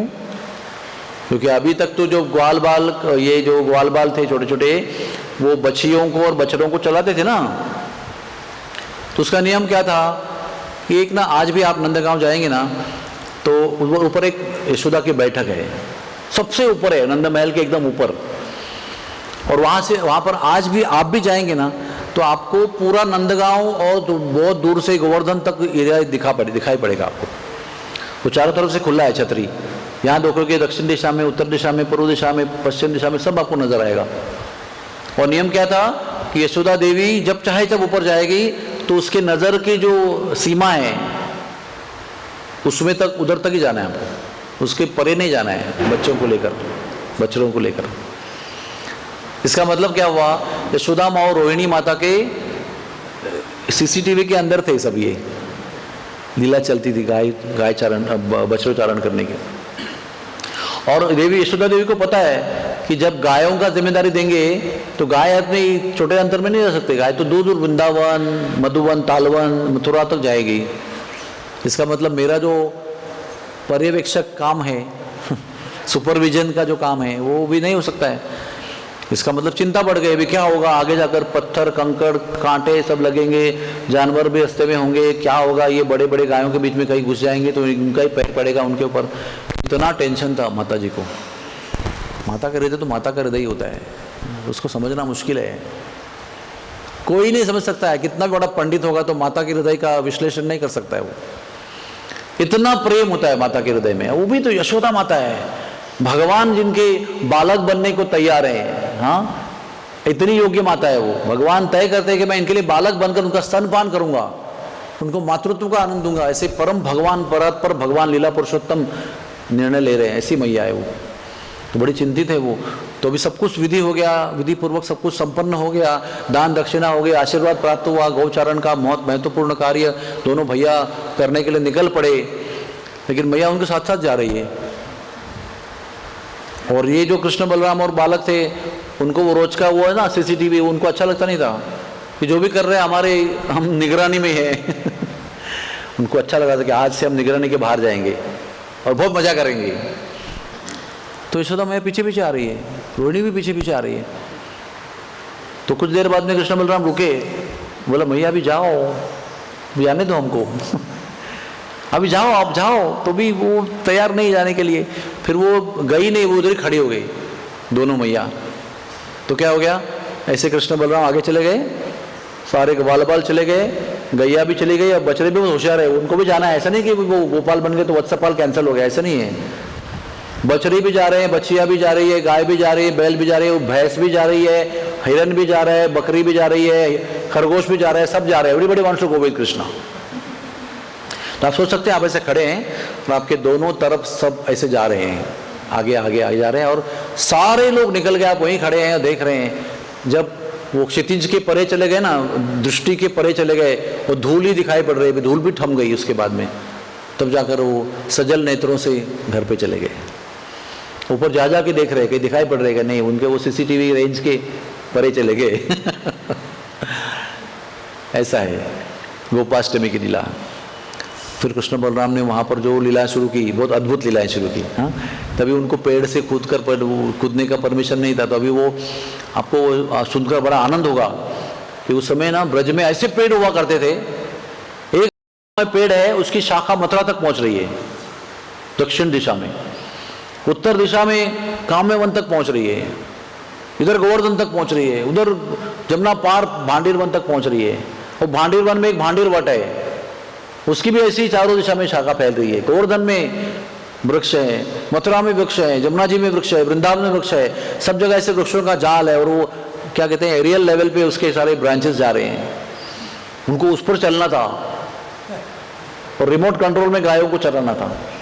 तो ऊपर ये चल रहे हैं, नीचे से गाय चल रही है, और थिर थिर ढिला हल्या कर रहे हैं, उसको रास्ता दे रहे हैं। कभी कभी जमुना जी को पार कर रहे हैं, कभी ये ऊपर से पार कर रहे हैं शाखाओं से, कभी गाय नीचे से पार कर रही है। बहुत सुंदर सुखदेव जी वर्णन करते हैं, कृष्ण बलराम ने इतना आनंद लिया उनके साथ में।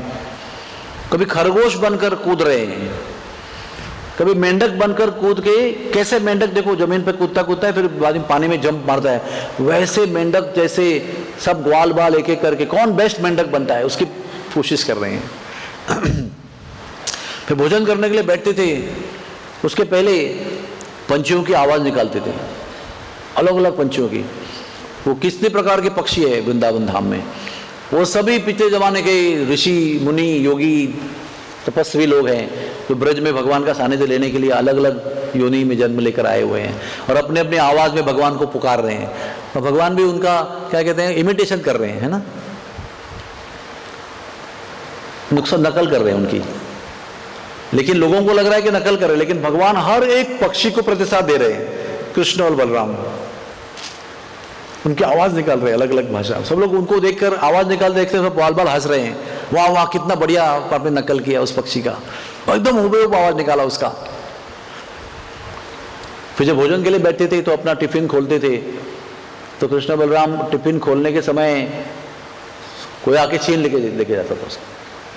फिर बलराम जी उठ गए, कृष्ण उठ गए, सब लोग उठ रहे, तो वो पास में आए तो दूर फेंकते थे, दूसरा कैच करता था, उसके पास गए तो दूसरा कैच करता था। इस प्रकार से सभी टिफिन जो है आकाश में उड़ रहे सब लोग कैच कर रहे हैं उसको।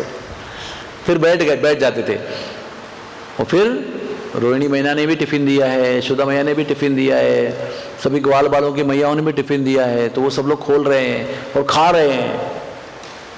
और खा के उनको लगता है वाह क्या बात है, कितना अच्छा आइटम है, तो मुंह से निकाल के कृष्ण को बोल रहे हैं खा लो, इतना अच्छा है। हम लोग सोच नहीं सकते हैं, इट्स नॉट पॉसिबल ओनली। वो सब अमृत है। हम लोग बोलते ही झूठन है, कैसे खा सकते हैं, वो चबा के दे रहा है, वो डब्बा से निकाल के दिया ठीक है, बाबा आपने कुछ खाया और बचा हुआ निकाल के दिया, ये अच्छा है, वो तो ठीक है। वो इतना उत्सुक है देने के लिए कि वो खुद उसका आनंद नहीं लेना चाहते पूरा, वो उसको निकाल के देना चाहते हैं, और वो भी लेके खा रहे हैं कृष्ण बलराम। देखो, इसको बोलते हैं प्रेम। प्रेम में कोई नियम नहीं होता है, वो अस्पृश्य स्पृश्य जूठन का कुछ नियम नहीं होता है। प्रेम में आप देखो घर में कैसे लोग खाते हैं। Love is love, you know, love has no rules. हम लोग क्या बोलते हैं, कर्मा ट्रांसफर होगा, इसका खाएगा तो उसका कर्म आएगा, मेरा खाएगा तो मेरा कर्म जाएगा। पता नहीं, ये सब नहीं करना चाहिए। ये लौकिक दृष्टि से अच्छा है, क्योंकि हम सब लोग अशुद्ध है ना, शुद्धिकरण मार्ग में है, हमको सब ये नियम पालना कर जरूरी है। लेकिन ग्वाल बाल परम शुद्ध है, कृष्ण बलराम परम शुद्धोत्तम है, इनके बीच में जब ये लीलाएं हो रही है तो कौन सा नियम हो सकता है उसके अंदर? एक ही नियम है प्रेम का। तो प्रेम का नियम क्या होता है? कोई नियम नहीं, यही नियम होता है प्रेम का, नो नियम। ऐसा आनंद ले रहे हैं, ब्रह्मा जी भी तड़प रहे हैं देखकर, ऐसे कैसे हो सकता है, हाउ दिस इज पॉसिबल। और ये जो वन में गौचारण करते थे तो ऐसे बैठते थे ना कृष्ण बलराम जी, कमलाकार बैठते थे ऐसे, जैसे मैं बैठा हूं समझो, और सारे चारों तरफ लोग बैठे हैं गोल ऐसे। तो क्या होगा, कुछ लोगों के सामने तरफ मेरा मुंह होगा और कुछ लोगों तक मैं पहुंच पाऊंगा, पीछे पहुंच ही नहीं पाऊंगा क्योंकि वो पीछे है मेरे। लेकिन ऐसे सुखदेव जी वर्णन करते हैं कि कृष्ण बलराम कभी भी उनकी पीठ किसको दिखाई नहीं दी। सबको लग रहा है करोड़ों ग्वाल बाल कमलाकार बैठे हुए हैं, करोड़ों, मतलब आधे सामने आधे पीछे हो गया ना, लॉजिकली तर्क दृष्टि से। फिर भी सबको लग रहा है कि वो हमको ही देख रहे हैं, और सबके सामने उनका मुख है, सबको स्माइल दे रहे हैं, सबके हाथों से उठाकर खा रहे हैं, उनको दे रहे हैं और उनका भी खा रहे हैं। यह है कृष्ण का प्रेम। केवल शक्ति होने से कुछ नहीं होता है। जैसे मेरे पास शक्ति है, सिद्धि है मेरे पास कि मैं जहां भी बैठूंगा आपको लगेगा आपको ही देख रहा हूं, समझो। लेकिन वो सिद्धि का उपयोग किया क्यों कर रहे हैं? प्रेम को प्रकट करने के लिए कर रहे हैं, आपको इंप्रेस करने के लिए नहीं कर रहे हैं। देखो मेरे में शक्ति है, मैं एक्चुअली पीठ होना चाहिए आपकी तरफ, लेकिन मैं आपका मुंह दिखाई दे रहा हूं, ऐसा नहीं है। सारी शक्तियों का, सिद्धियों का, परिपूर्णताओं का उपयोग केवल भगवान के प्रेम के लिए होना चाहिए। आपके अंदर, हमारे अंदर जितनी भी शक्तियां, बुद्धि, कलाएं और कौशल है, वो सब श्री कृष्ण की सेवा में जब लगेगा तो वो कौशल भी परिपूर्ण हो जाता है। इस तरह से ग्वाल बाल थे, उनके पास बड़े विद्वान हैं, पूर्व जन्म के तपस्वी हैं सब, उनके पास सब कुछ सिद्धियां हैं, लेकिन सारी जितनी भी सिद्धियां हैं वो सब कृष्ण की सेवा में है। That is the beauty of Vrindavan life. Vrindavan life यही है, कृष्ण प्रेम कर रहे हैं, आप उन पर प्रेम कर रहे हैं, बलराम जी प्रेम कर रहे हैं, आप उन पर प्रेम कर रहे हैं। तो एनीवेज, अभी कृष्ण भगवान माखन चोरी करना शुरू करते हैं। सबसे पहले अपने घर से ही अपना काम शुरू करते हैं। व्हाट वी से, they began their career at their home of stealing butter. तो कृष्ण भगवान वो माखन का गोला चुरा कर खा रहे हैं, और अचानक उनके खंभे थे ना घर के, उसमें बहुत ज्वेल्स लगे हुए थे, रत्नों, वो आईने की तरह काम देते हैं। तो माखन को लेकर, गोला के लेकर आगे जा रहे हैं, तो लगता है कि कोई एक बालक और भी बालक है, वो भी माखन का गोला लेके जा रहा है। तो उससे संवाद शुरू किया, अरे तू कहां से आ गया? तो वो पूछ रहा है तू कहां से आ गया, क्योंकि मिरर है ना, मिरर इमेज। तो तू क्यों चोरी कर रहा है? तो बोले तू क्यों चोरी कर रहा है?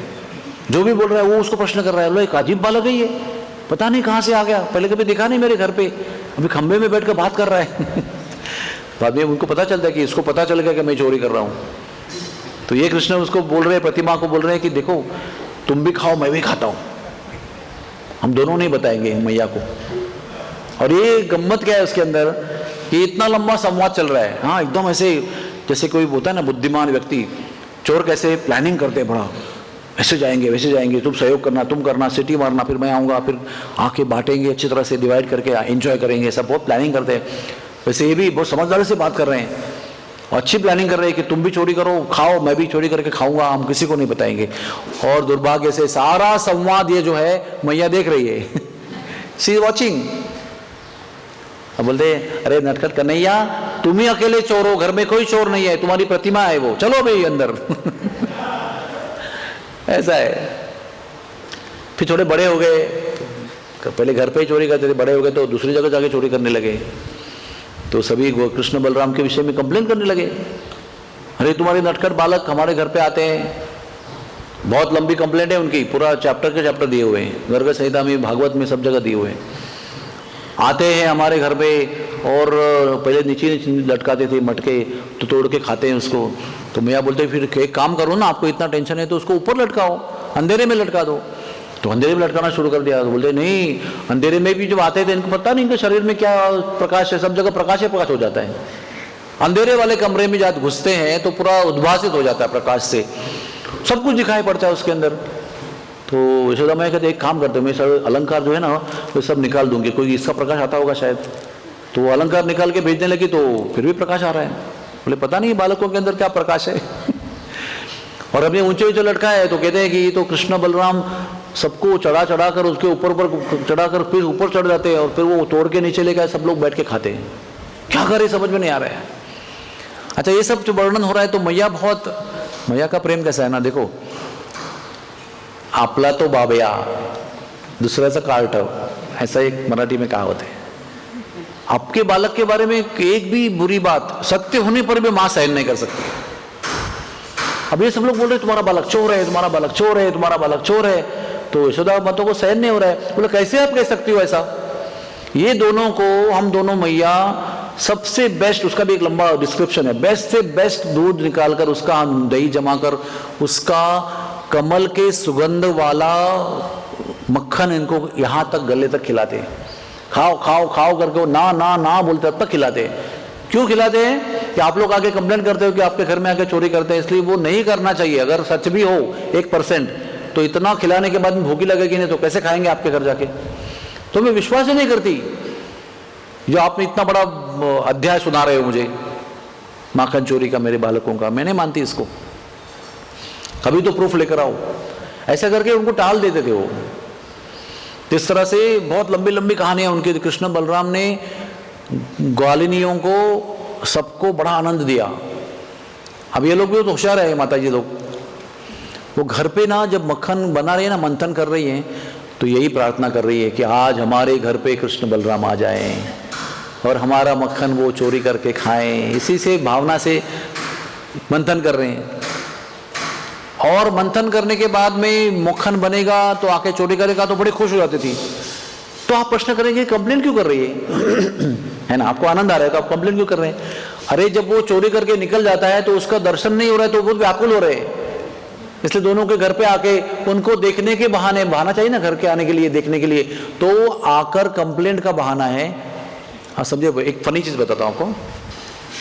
समझो मुझे विश्वानु प्रभु को कंप्लेंट देना है तो मुझे उनको देख के कमेंट करना चाहिए, प्रभु जी ऐसा ऐसा आपका बालक ऐसे ऐसे करता है। तो मैं वृषभानु प्रभु को कंप्लेंट कर रहा हूँ, देख रहा हूँ इधर इधर क्या है, इधर नंद भवन का गेट है, प्रवेश द्वार है, उसके अंदर कहीं दिखाई पड़ेंगे। तो बात यहाँ हो रही है और देख रहे थे क्या रहे यही उसका प्रूफ है कि ये तो बहाना है, खाली उनको देखने का दर्शन का मेन कारण है। आप सोच सकते हैं कि ब्रजवासियों को, गोपियों को, ग्वाल बालों को कितना आनंद दिया होगा इन्होंने। इति दृक्स्व लीला फिर आनंद कुंडे स्वघोषम निमाजंतम आख्यापयंतम।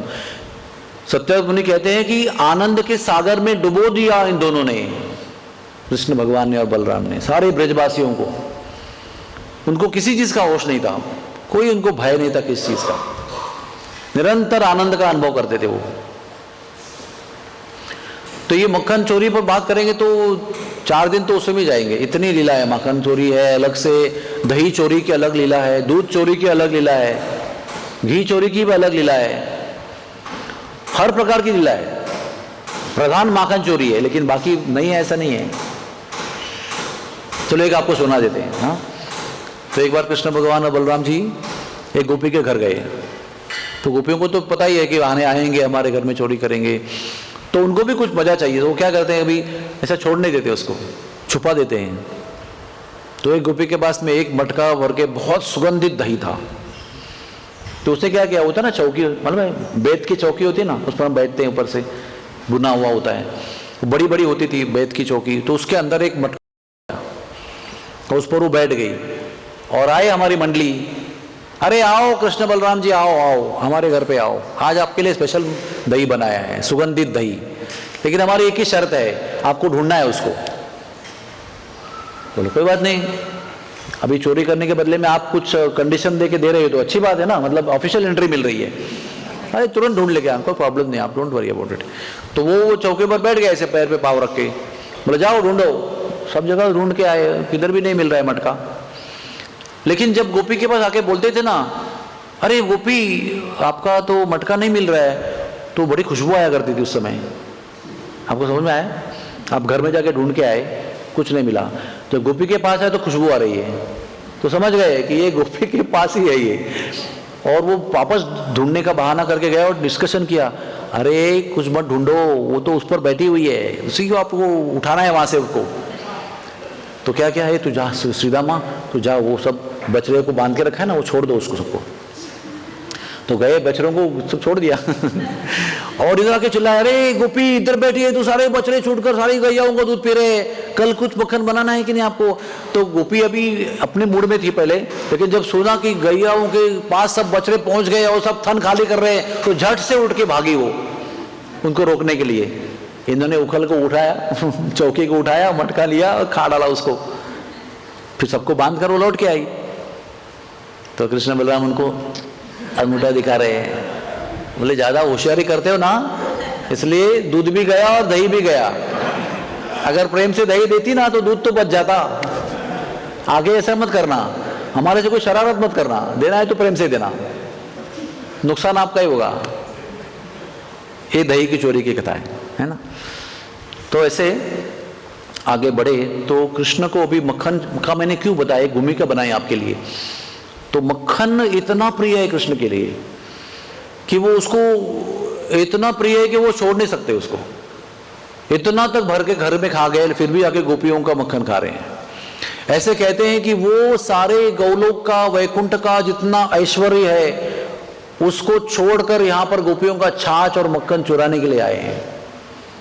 तो क्या क्या हुआ, दूध है, दही है, छाछ है, मक्खन है, घी है, सब चोरी करने का, चोरी करके खाने के लिए आए वो। इनके पास कुछ कमी नहीं है, खाली बोलना है लक्ष्मी जी को थोड़ा दही लगा देना, आज दही खाने का मूड है, तो वो 10 प्रकार का दही ला के देगी आपको भोजन में। कोई चोरी वोरी करने की जरूरत नहीं है, लेकिन फिर भी प्रेम व्यक्त करने के लिए और उसको चटपटा आनंद का अनुभव करने के लिए, चोरी करके खाने के लिए भगवान वैकुंठ का ऐश्वर्य छोड़कर ब्रज में आए और चोर कहकर अपना गौरव करना चाहते हैं। इमेजिन, हाँ, he is happy in being called as चोर।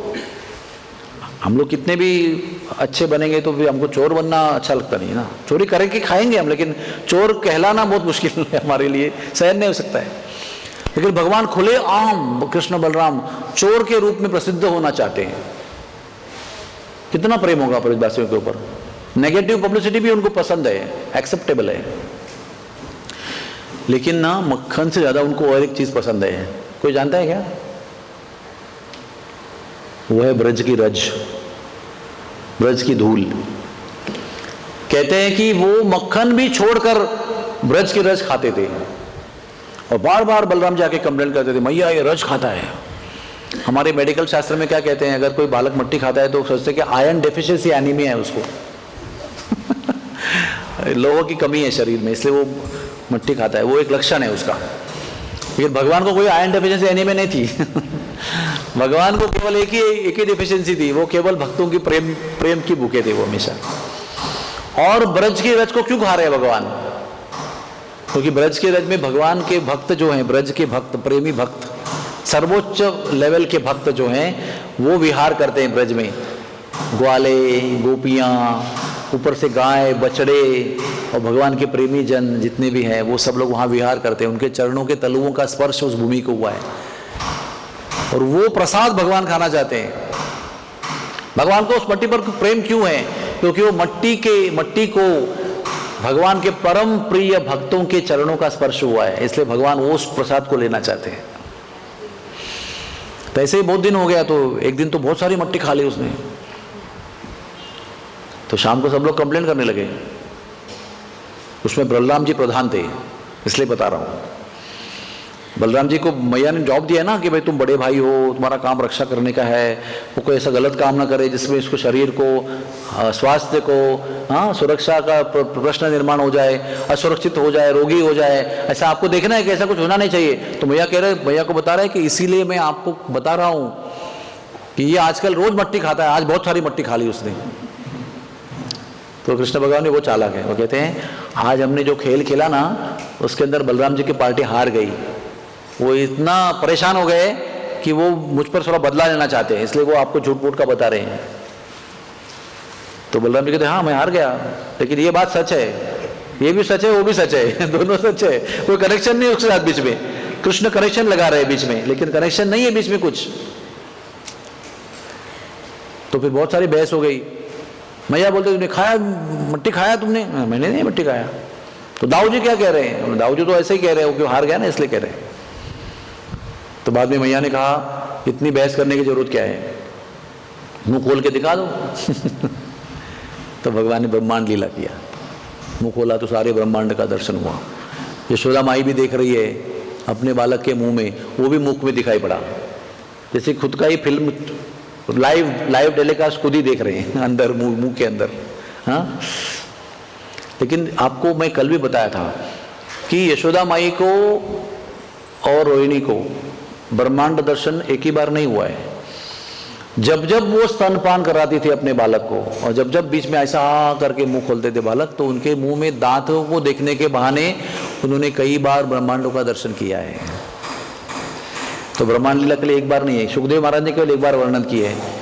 उसका कारण है ना, सुखदेव महाराज को 7 दिन का लिमिट था, उद्धव जी महाराज ने 30 दिन तक कथा किया था, और शंकर जी को व्यासदेव ने कितना दिन कथा किया उसका वर्णन ही नहीं, क्योंकि वो उनको कोई लिमिट ही नहीं था। तो सुखदेव जी को लिमिट था कि भाई 7 दिन के अंदर उसको पूरा देना है जो भी आवश्यक है। इस सब कुछ विस्तार में नहीं बताया है, कुछ कुछ इंपॉर्टेंट चीज़ें बताई है। तो हमारा समय कितने बजे तक आज का, सुबह का है? 15 मिनट और, ठीक है। तो अभी हम आपको बलराम जी के विषय में कुछ एक विशेष बात बताएंगे। हाँ, बलराम जी कृष्ण के बड़े भाई हैं, बराबर है। राधा रानी कृष्ण की सखी हैं। तो राधा रानी, बलराम जी और कृष्ण, ये ट्रायंगल का रिलेशन कैसा था, ऑल्सो वेरी इंपॉर्टेंट। तो हमारे जो आचार्य हैं वो इसका बहुत सुंदर विश्लेषण करते हैं बलराम जी के व्यक्तित्व का। बलराम जी कैसे हमारे, कि बलराम जी स्वयं कृष्ण की लीला को देखने के लिए आतुर हैं।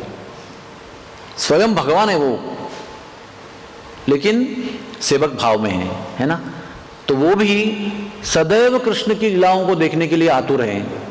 जब तक साथ में कर रहे हैं तो आनंद ले रहे हैं, लेकिन कृष्ण के, राधा रानी के साथ में क्या लीला हो रही है, ग्वाल गोपियों के साथ में क्या लीला हो रही है, तब वो साथ में रहते नहीं उसके उनके ना, लेकिन उनके लिए वो उसका बहुत आतुरता है। तो देखिए एक लीला ऐसी है कि वो चैत्र महीने में कृष्ण भगवान वासंती रासलीला करते हैं। वसंत ऋतु की रासलीला चैत्र महीने में आरंभ होती है। शरदीय रासलीला जो शरद महीने में आरंभ होती है, शरद ऋतु में, है ना, अपनी जो रास पूर्णिमा होती है, शरद पूर्णिमा। तो चैत्र पूर्णिमा में भगवान कृष्ण चंद्र सरोवर पे गोपियों के साथ में रास रचा रहे हैं, और बलराम जी को पता चलता है कि कृष्ण भगवान रास रचा रहे हैं। तो वो ना गोवर्धन के ऊपर से चढ़ के आते हैं और गोवर्धन के ऊपर से देखते हैं, क्योंकि गोवर्धन जैसा है ना, अगर आप समझो, हम तो चढ़ते नहीं उसके ऊपर, लेकिन अगर हम चढ़ेंगे तो आपको उधर से ही चंद्र सरोवर का दर्शन हो जाएगा। आज भी अभी चंद्र सरोवर बना नहीं है, चंद्र सरोवर बनने वाला है, लीला शुरू हो गई है, रासलीला। वो रासलीला जब शुरू हुई तो वो गोपियाँ और कृष्ण भगवान इतने आनंद में विभोर हो गए कि उनकी आंखों से अश्रु और शरीर से द्रव्य निकलने लगा। उसको कहते हैं स्वेद जल, दिव्य पवित्र स्वेद जल। वो पसीना नहीं, हमारा पसीना होता है, उनका पसीना नहीं होता है।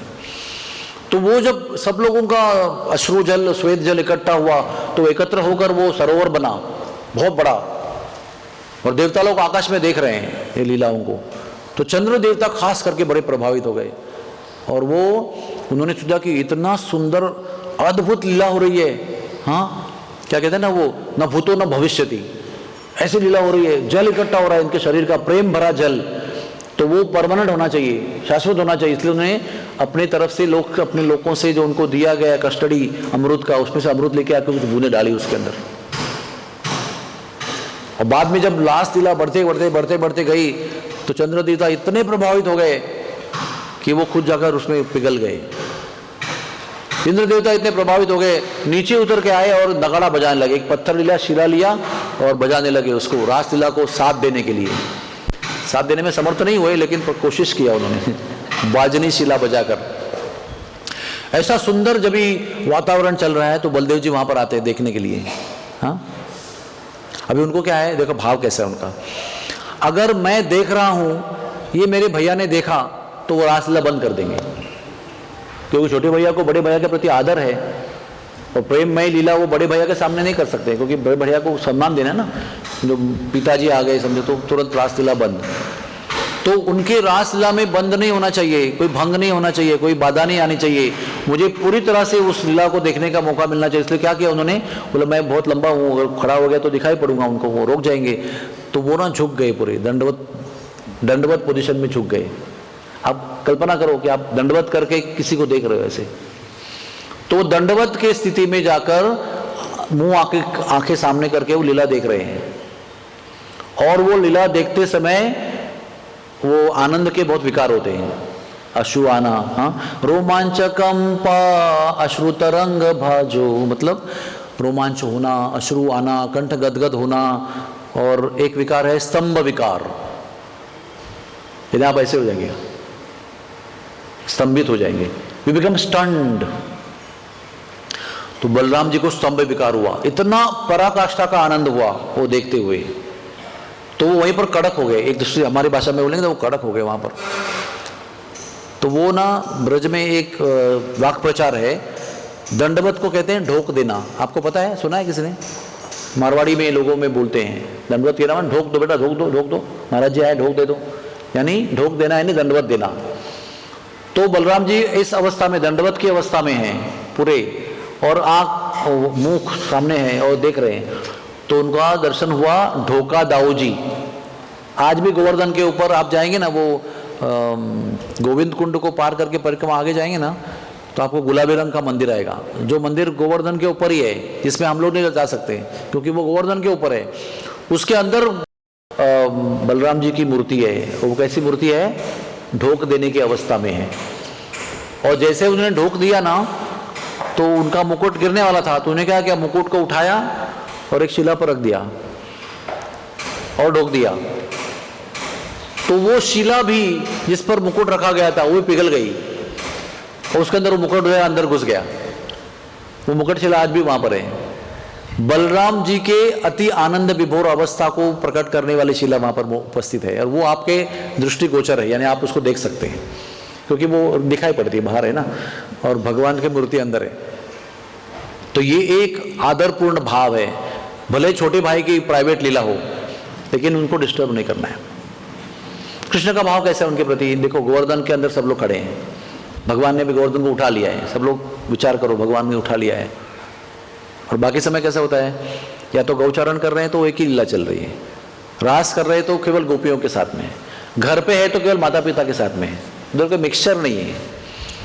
बट गोवर्धन के नीचे कैसा है, ग्वाल बाल भी है, गोपियां भी है, गाय भी है, माता पिता भी है, पूरा ब्रज है उसके अंदर, सारे जानवर है, मोर है, पंछी है, जो कहो सारे जितने भी ब्रजवासी जीव हैं वो सब जीव गोवर्धन के नीचे खड़े हैं। तो आप कहेंगे गोवर्धन तो केवल इतना ही था बीच में, आज भी बीच में ही है, और बहुत ज्यादा विस्तार में ब्रज है। तो how everybody came together under that? Logical प्रश्न है ना ये। आज भी आप जाएंगे तो गोवर्धन वृंदावन धाम के बीच में है, बहुत विशाल है, उसको भी उठाया जाएगा तो भी वो पूरे ब्रज को थोड़ी कवर करेगा। उसका उत्तर ये है कि जब भगवान गोवर्धन को उठाए और सबको कहा आ जाओ आ जाओ अंदर, तो पूरे ब्रज को कवर किया गोवर्धन ने विस्तार करके। छतरी जो है वो एक्सपांड हो गई और पूरे दक्षिण उत्तर पूर्व पश्चिम कोने तक ब्रज को पूरा उन्होंने समा लिया, इसलिए सारे जीव समा सके। जब वापस रखा तो वापस गोवर्धन अपने आकार में आ गया और बैठ गया उधर। तो सभी लोग एक साथ में खड़े हैं, मैया भी है, बाबा भी है, राधा रानी भी है, गोपियां भी हैं, सखियां हैं, सखा हैं, गाय हैं, बछड़े हैं, सब लोग हैं, बलराम भैया भी है।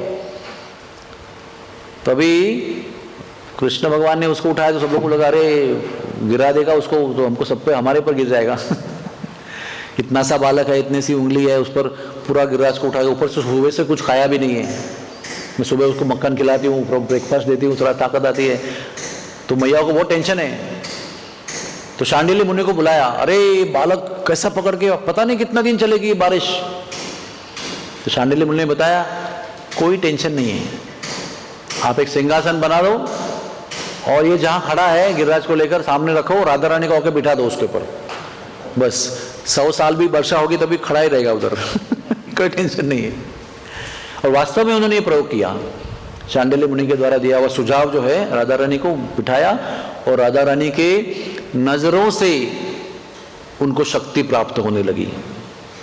और ये भी आगे उसका प्रमाण सिद्ध किया गया है कि ना मैया के मक्खन से, ना ग्वाल बालों के सपोर्ट से, ना कुश्ती से, ना बड़े ग्वाल बालों के डंडे से, किसी से भी वो गोवर्धन नहीं उठाया उन्होंने। राधा रानी की नजरों से जो शक्ति प्राप्त हुई प्रेम की, उसके वजह से उन्होंने गोवर्धन को 7 दिन 7 रात उठाया। लेकिन जब ये नजरें मिला रहे थे, अचानक कृष्ण भगवान को ध्यान आया कि बल्लू भैया देख रहे हैं। समझ में आया आपको? तो कृष्ण को संकोच हुआ और कृष्ण ने अपनी नजरें झुका ली नीचे। राधा रानी अभी भी देख रही है, लेकिन कृष्ण भगवान अपने बड़े भैया का आदर कर रहे हैं। इसलिए आज भी जो वो उनका रूप है ना, वो श्रीनाथ जी के रूप में प्रकट हुआ है ना। भगवान का गिरि गोवर्धन धारी जो स्वरूप है वो श्रीनाथ जी के रूप में प्रकट हुआ है। उसमें भी नजर उनकी नीचे है। उसका भाव यह है कि दाऊ जी देख रहे हैं, इसलिए वो नीचे देख रहे हैं, संकोच से या मर्यादा से नीचे देख रहे हैं, आदर से नीचे देख रहे हैं। इसलिए अभी आप श्रीनाथ जी जाएंगे ना तो उधर का पुजारी भी आपको बताएंगे, आपको भी पता होना चाहिए कि श्रीनाथ जी का दर्शन करना है तो नीचे जाकर ऊपर देखना है। You understand what I am saying? वो ऐसे खड़े हैं लेकिन वो नीचे देख रहे हैं, तो आप उनको नज़र नहीं मिला सकते दर्शन करने के लिए, तो आपको नीचे जाकर उनकी नज़रों को नज़र मिलानी है, तब दर्शन पूर्ण हो जाता है तो बलराम जी की कृपा है हमारे ऊपर झुकने के लिए।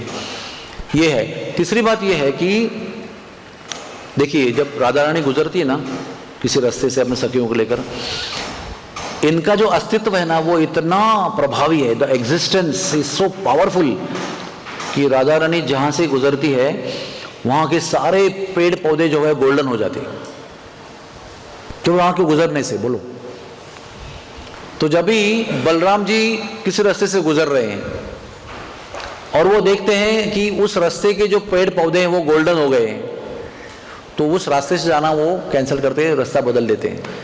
क्यों? क्योंकि वो समझ जाते हैं कि राधा रानी यहाँ से गई है कृष्ण को मिलने के लिए, वहाँ कुछ लीला चलती होगी, मुझे वहाँ जाकर डिस्टर्ब नहीं करना चाहिए।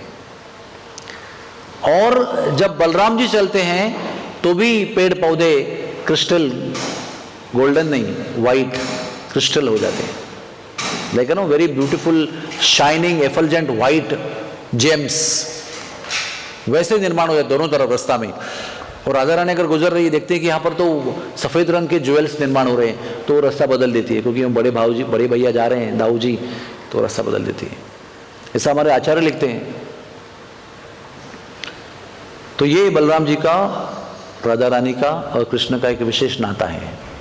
Respecting each other, respecting each others pass times, keeping their dignity, so wonderful it is actually, right. कोई विरोध नहीं बीच में, कोई बाधा डालने का काम नहीं है, एनकरेजिंग काम है। और यही हमको आगे ध्यान में रखना है कि हमारे घर में छोटे भाई भी होते हैं, बड़े भाई भी होते हैं, उनकी बहुएं होती हैं, उनके बच्चे होते हैं, वो सबको अपना स्पेस देना चाहिए। हर एक व्यक्ति को अपना स्पेस चाहिए होता है। वो कितने भी समाज प्रिय व्यक्ति हम लोग हैं हमारे जीवन में और हमको सबकी जरूरत भी है, फिर भी हमारा एक खुद का एक अस्तित्व होता है जिसको अवकाश चाहिए हमको। वी नीड सम स्पेस, और वो स्पेस लेना कोई गुनाह नहीं है, हमारा अधिकार है। और हमको ये सोचना चाहिए जैसे हमको जरूरत है दूसरों को भी वो स्पेस देना चाहिए ताकि उनका व्यक्तित्व खिल जाए।